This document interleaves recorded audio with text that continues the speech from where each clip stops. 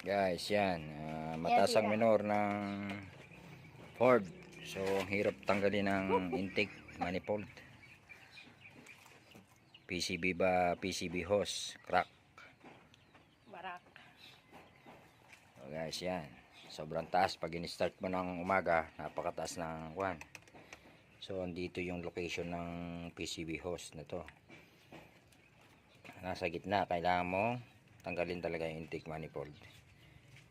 Ang problema pa rito, yung isang bolt ng intake nasa gitna. Pagka nakalagay yung intake, di mo madudukot.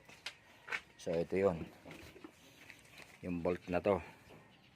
So dito mo dapat may special tools dito sa butas na yun.